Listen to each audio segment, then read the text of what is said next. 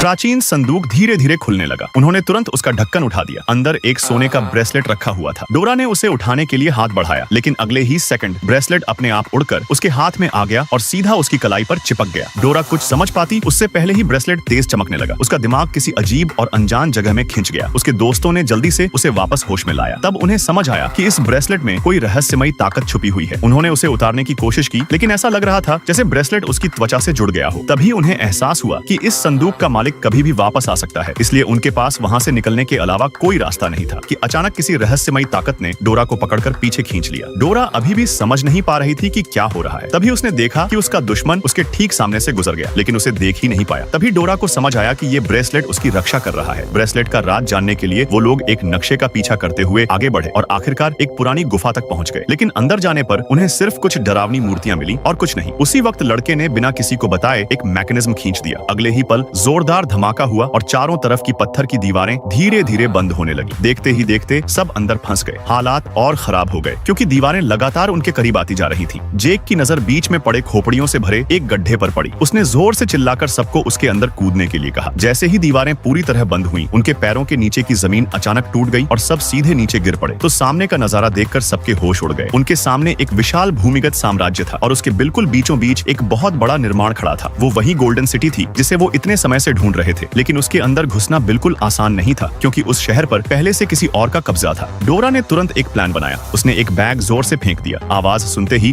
Fox और guards का ध्यान उधर चला गया। जब एक गार्ड उस तरफ देखने गया, तभी वहां मौजूद मेंढक ने बस एक उंगली उसकी तरफ की और वो आदमी तुरंत झर लगने से नीचे गिर पड़ा। थोड़ी ही देर बाद फॉक्स का भी वही हाल हुआ। लेकिन फिर भी गोल्डन सिटी में घुसना आसान नहीं था। उसका गेट ही कई दर्जन मीटर ऊंचा था और ऊपर से नुकीले कांटों से भरा हुआ था। उस पर चढ़ना लगभग नामुमकिन था। जब सब लोग कोई रास्ता नहीं ढूंढ पा रहे थे, तभी चांद की एक किरण जमीन पर पड़े एक पत्थर के टाइल पर पड़ी। अगले ही पल जमीन पर कुछ रहस्यमयी निशान दिखाई देने लगे। सबको तुरंत समझ आ गया कि यही गेट खोलने की चाबी है। उन्होंने उन निशानों को फॉलो किया और दिखाए गए तरीके से अलग अलग मूर्तियों के मैकेनिज्म एक साथ एक्टिव कर दिए। फिर एक जोरदार गड़गड़ाहट की आवाज हुई और वो विशाल भारी गेट धीरे धीरे खुलना शुरू हो गया।